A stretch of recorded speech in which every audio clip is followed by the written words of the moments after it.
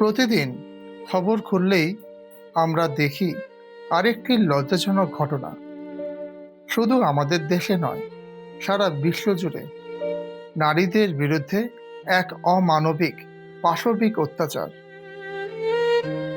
প্রতিটা মানুষ, কেউ চায় না এই ঘৃণ্য লজ্জাজনক ঘটনা কোনো নারীর সাথে ঘটে। গভর্নমেন্টের এত কড়া নিরাপত্তা, এত আইন, তাও আমাদের মা, বোন, এমনকি ছোট কন্যা সন্তানদের ভবিষ্যৎও এক অনিশ্চিত বিপদের আশঙ্কায় সর্বদা তটস্থ। একটি প্রশ্ন আমাদেরকে তাড়া করে বেড়ায়, কেন এই জঘন্য অপরাধ থামছে না?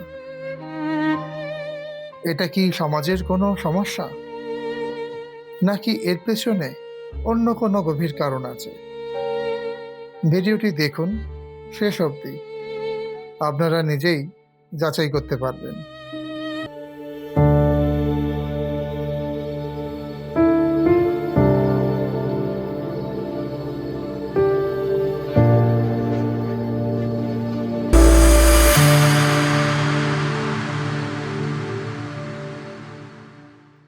আজকের ভিডিওতে আমরা জানব জ্যোতিষশাস্ত্র কি বলছে, বাস্তব কারণগুলোই বা কি, এবং সবচেয়ে গুরুত্বপূর্ণ, নিজেদের এবং আমাদের কাছের প্রিয়জনকে সুরক্ষিত রাখব কিভাবে। প্রথমেই একটা কথা পরিষ্কার, এই জঘন্য অপরাধমূলক কাজের জন্য কোনো গ্রহ, নক্ষত্র দায়ী নয়, দায়ী অপরাধীর মানসিকতা। এখানে ভিকটিম অর্থাৎ অপরাধের শিকার এবং অপরাধীর মানসিকতা বোঝার চেষ্টা করব এবং জানব গ্রহ, নক্ষত্র আদৌ আমাদেরকে এই ব্যাপারে আলো দেখাতে পারে কি পারে না। সমাজে এই অপরাধ বাড়ার প্রধান কারণ বুঝতে হলে আমাদেরকে কিছু সাইকোলজিক্যাল দিক বুঝতে হবে। কারণ অপরাধ যে করে সে কোনো মঙ্গল গ্রহ থেকে আসে না, আমাদের চারিপাশে থাকা মানুষই অপরাধ করে বিকৃত মানসিকতার ফলে, স্বভাবের দোষে। অন্যদিকে অত্যাচার যে নারীর উপর ঘটে শরীরকে কেন্দ্র করে, এর ফল মেয়েদেরকে অসহ্য মানসিক কষ্ট এবং সামাজিক নিন্দা দিয়ে ক্ষতিপূরণ করতে হয়, অনেক ক্ষেত্রে জীবন দিয়েও চুকাতে হয়। কিছু পুরুষদের মধ্যে মানসিক প্রবণতা বা মাইন্ডসেট তৈরি হচ্ছে, যাকে psychologically objectification theory and cognitive distortion বলা হয়, যেমন ইনস্ট্রুমেন্টালিটি। এর ফলে কাজের জায়গা থেকে শুরু করে বিভিন্ন ক্ষমতাশালী জায়গার অপপ্রয়োগ করে মেয়েদের উপরে আধিপত্য লাভের চেষ্টা করা হয়। মেয়েরা কোনো পণ্য বা ভোগবিলাসের বস্তু নয়। মেয়েদের মধ্যে কিছু সাইকোলজিক্যাল ইস্যু যেগুলো মেয়েদেরকে কমজোর করে। এই দুর্বলতাগুলো বায়োলজিক্যাল এবং প্ল্যানেটিক্যাল রিজনের জন্য হয়ে থাকে। প্রথম, বায়োলজিক্যাল। প্রাকৃতিক কারণে মেয়েদের ডিপ্রেশন লেভেল ছেলেদের তুলনায় দ্বিগুণ হয়। প্রত্যেকে নির্দিষ্ট কিছু না কিছু ব্যাপারে ফোবিয়া থাকে এবং মেয়েরা কোনো ট্রমাতে আক্রান্ত হলে সেখান থেকে চট করে বেরোতে পারে না, বরং সেখানে আরও ঢুকতে চলে যায়। প্রত্যেকের চন্দ্রের পজিশন সমান থাকে না, অর্থাৎ মনের জোর। চন্দ্র সংক্রান্ত ব্যাপারে আরেকটি জরুরি ইনফরমেশন, যাদের চন্দ্র এবং মার্কারি একসাথে ড্যামেজ থাকে তাদের কথাবার্তা এবং ব্যবহারের মধ্যে একটা ডুয়েলিটি লক্ষ্য করা যায়। সাইকোলজিক্যালি এই ব্যবহারটাকে মনোবিজ্ঞানীরা টোকেন রেজিস্ট্যান্স বলে ডিফাইন করেছেন। এর মানে কিছু সংখ্যক মেয়েরা কোনো প্রস্তাবে প্রত্যাখ্যান বা না শব্দটা ব্যবহার করলেও অন্তর থেকে সম্মতি বা হ্যাঁ রাখেন। এর ফলে ভুল বোঝাবুঝি তৈরি হয়।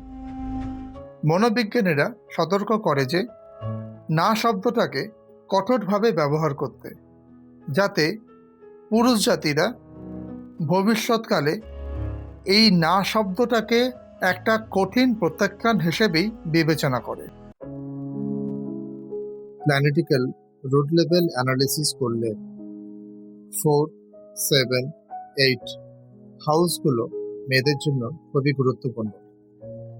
এই হাউসগুলোতে নেগেটিভ ইম্প্যাক্ট থাকলে জীবনে ভীতি সঞ্চার, কমিউনিকেশন বা নিজের পরিস্থিতি বা সমস্যা কারোকে বোঝাতে অক্ষমতা তৈরি করে এবং পরিবারের মানুষজনের সাথে সহায়তা পাওয়া যায় না। বিপদ জীবনে আসতেই পারে, তবে এই সমস্যাগুলো যদি থাকে তাহলে বিপদের সাথে লড়তে খুবই কষ্ট হবে। মনে রাখবেন, কোনো পশু সহজ দুর্বল শিকারকে তাড়াতাড়ি বধ করে। নিজের দুর্বলতার সাথে লড়তে শিখুন। ফরেনসিক মানসিক স্বাস্থ্য মূল্যায়নের ভিত্তিতে ধর্ষণ অপরাধীদের মধ্যে কিছু সাইকোলজিক্যাল ডিসঅর্ডার বা মানসিক উদ্বেগ লক্ষ্য করা যায়, যেমন anti social personality disorder, borderline personality disorder, যৌন স্যাডিজম, সিজোফ্রেনিয়া স্পেকট্রাম ও সাইকোসিস, ডিমেনশিয়া প্রভৃতি, যেটা চন্দ্র ড্যামেজ বা ডেবিলিটি থাকলে, রাহু, স্যাটার্ন বা কেতুর দ্বারা দ্বাদশ বা অষ্টম স্থানে দূষিত হলে এরকম ধরনের সাইকোলজিক্যাল ব্যাধি জন্ম নিয়ে থাকে। এছাড়াও আগের ভিডিওতে বিস্তারে বলেছি, প্রিন্যাটাল এক্লিপসিস এবং নক্ষত্রদের অ্যাসপেক্ট আমাদের সাইকোডাইনামিক্সের উপর প্রভাব ফেলে। সেই প্রভাব ভালো হতে পারে বা অতি খারাপ।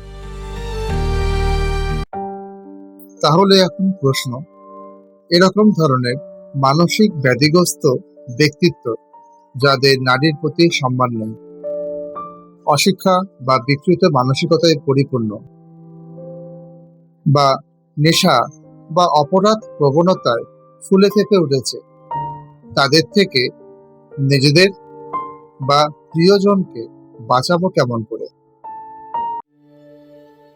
কোনো নারীর জন্মকুণ্ডলিতে রেপ যোগ, শ্লীলতাহানি যোগ বা সামাজিক বদনামের যোগ থাকুক বা না থাকুক, প্রত্যেককে জুপিটার এনার্জি, মার্কারি এনার্জি এবং ভেনাস এনার্জিকে অ্যাক্টিভ রাখা জরুরি। এর ফলে জীবনে চূড়ান্ত ক্ষতি হওয়ার সম্ভাবনা অনেক অংশে কমে যাবে। গ্রহ ক্ষতি করলেও মানুষের দ্বারাই করে, আবার ভালো করলেও মানুষের মাধ্যমেই করবে। এক কথায়, শয়তান মানুষের রূপ নিয়ে ক্ষতি করে, ঈশ্বর মানুষের রূপ নিয়ে রক্ষা। এই সংক্রান্ত আপনি বা আপনার পরিচিত কেউ যদি সেক্সুয়াল হ্যারাসমেন্ট বা মলেস্টিং এর মতো অপরাধের শিকার হচ্ছেন, তাহলে অনুগ্রহ করে স্থানীয় আইন প্রয়োগকারী সংস্থা, জরুরি পরিষেবা অথবা নির্যাতনের শিকার ব্যক্তিদের সহায়তা প্রদানে নিযুক্ত সংস্থাগুলোর সাথে অবিলম্বে যোগাযোগ করুন। চুপ করে থাকবেন না। আপনার নীরবতা অপরাধীকে সাহায্য আর অন্ধকারই নিয়ে আসবে আপনার জন্য, আলোর সঞ্চার করবে না। আপনি যদি আপনার প্রিয়জনের প্রতি সংবেদনশীল এবং শুভকামনা আশা করেন, তাহলে ভিডিওটি শেয়ার করুন, কারণ দুর্ঘটনা ঘটার আগেই পরিবর্তন করা জরুরি। মনে রাখবেন, জ্যোতিষী ভুল হতে পারে, জ্যোতিষশাস্ত্র নয়।